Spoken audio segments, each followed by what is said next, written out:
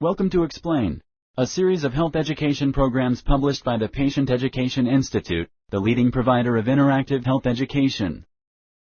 This video includes general medical information and does not replace the medical advice of your doctor or healthcare provider. If you have questions pertaining to your medical condition, ask your doctor or healthcare provider.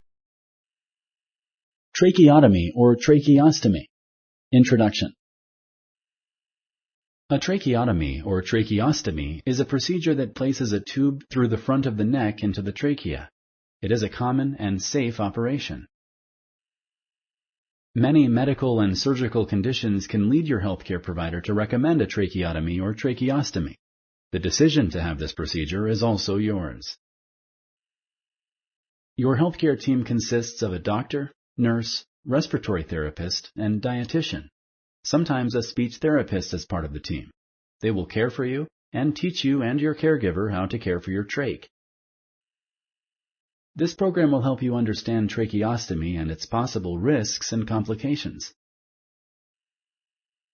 Anatomy. The air we breathe goes through our mouth or nose to the back of the mouth, an area called the oropharynx. It is filtered, warmed, and humidified or moistened before it gets to the lungs. The top of the trachea is protected by the vocal cords. When we breathe, the vocal cords open to let air through. When we eat, the vocal cords close to prevent food from getting into the trachea and the lungs. A tracheostomy is a procedure that creates an opening directly into the windpipe to place a breathing tube known as a trach. The windpipe is also known as the trachea. The opening created by the tracheostomy is called the stoma. The breathing tube is also known as a tracheostomy tube or trach tube. It helps you breathe. It also helps to remove mucus and other fluids from your lungs. When you breathe through the trach tube, the air enters directly into the windpipe without filtering, warming, and humidification. When is a tracheostomy needed? Patients who have a medical condition that makes it difficult or impossible to breathe through the nose or mouth may need a tracheostomy. Many medical conditions make a tracheostomy necessary.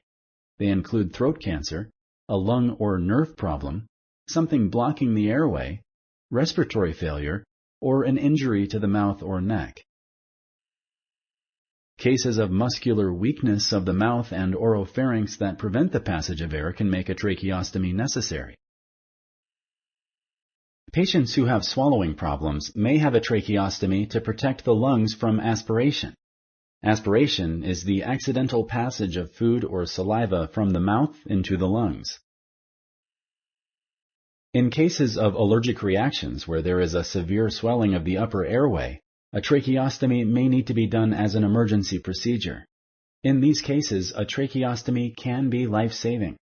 Patients who have had extensive facial or upper airway surgery for cancer, for example, may need a tracheostomy. Patients who are required to use a respirator for a long time because of severe pneumonia, lung conditions, or head trauma and coma need to have a tracheostomy. This is because a regular breathing tube that goes from the mouth or the nose to the trachea can damage the nose and the mouth if kept for more than a few days. You may need a trach for a short time, or you may need a trach permanently. Your healthcare provider will make this decision based on your medical condition. Sponsored by the Patient Education Institute. www.patient-education.com. Over 5,000 videos and interactive tutorials. Surgery. A tracheostomy can be done at the bedside or in the operating room. You may get medicine to make you fall asleep during the surgery, or you may be sedated, during which you may be awake without feeling the pain. The doctor performing the procedure makes a small cut known as an incision to create an opening in the neck. The doctor then places a breathing tube through the opening into the trachea. This tube is called a tracheostomy tube or trach tube, which makes it easier for air to enter your lungs. It also helps remove mucus and other fluids from your lungs. The surgery lasts about 30 minutes. The tracheostomy tube is held in place with a ribbon or strap that goes around the neck. This ribbon or strap is also called a trach tie. The tracheostomy tube is usually sutured or stitched to the neck for a few days following the surgery to prevent it from falling out of the trachea. If the condition that made the tracheostomy necessary improves, a tracheostomy tube may no longer be needed. The tube will be taken out and the opening will be covered with gauze. Over a period of days, the opening closes on its own. Risks and complications. This operation is very safe. Risks and complications, however, are possible. It is important that you know what they are.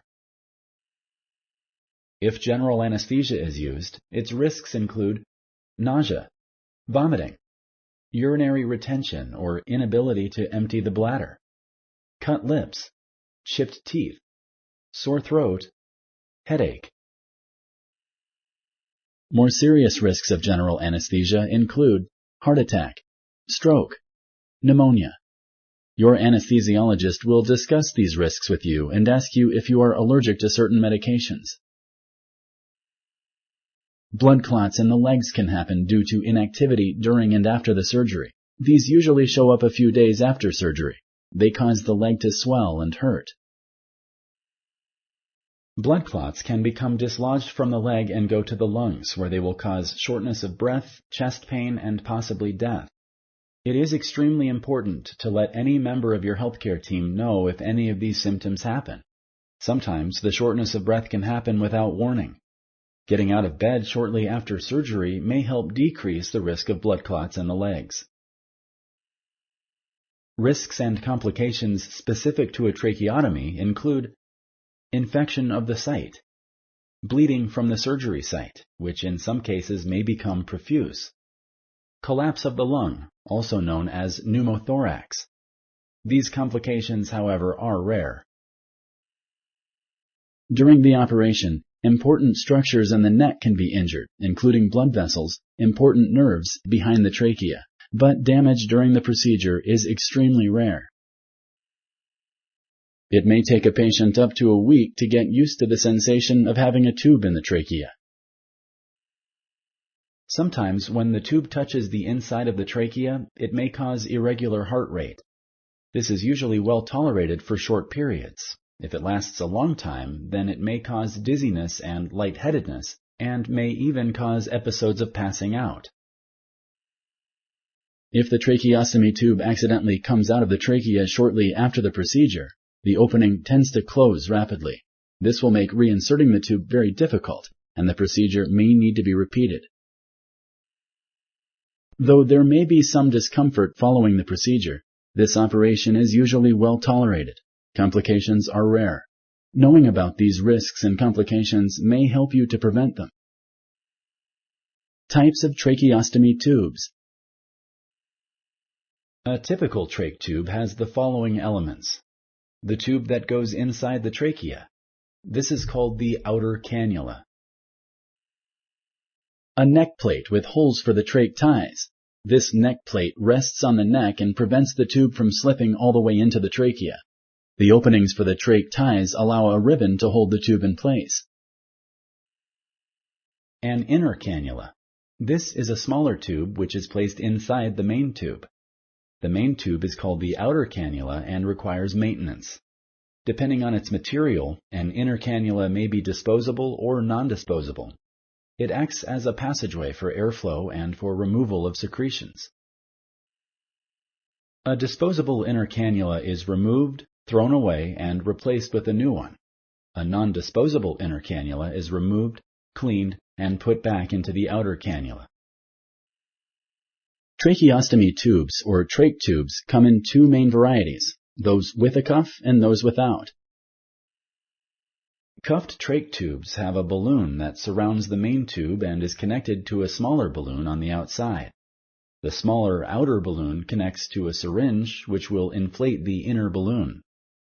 The outer balloon will indicate how inflated the inner balloon is.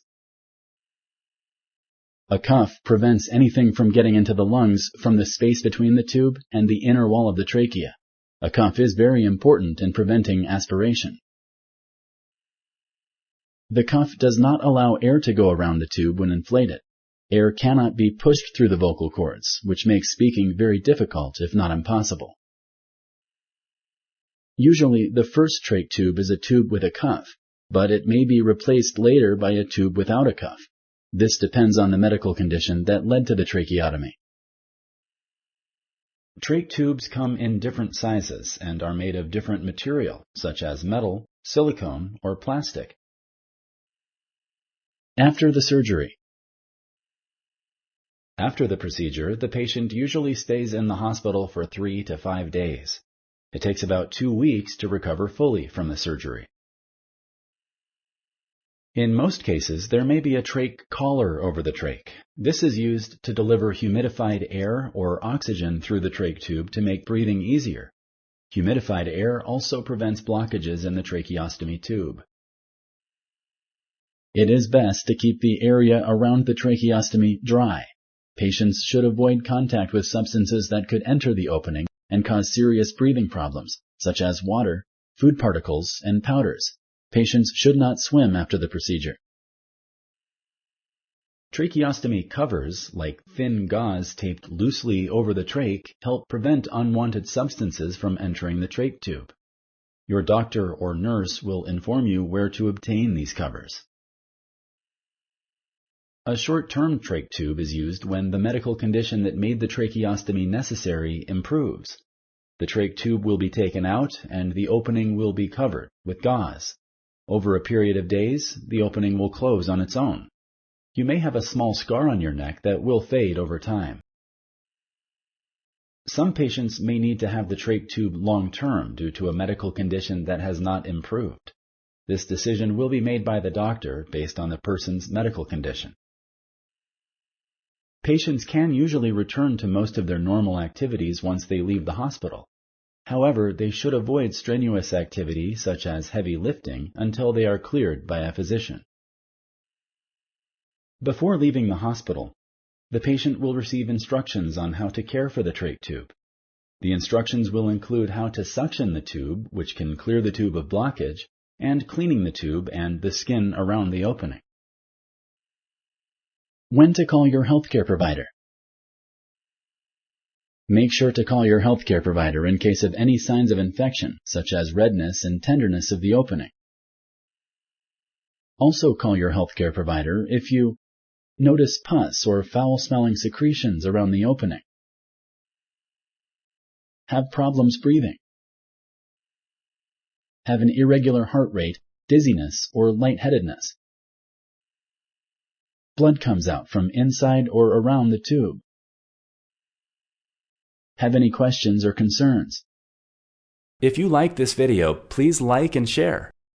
For similar videos, subscribe to our channel. Summary. Many conditions can make tracheostomies necessary.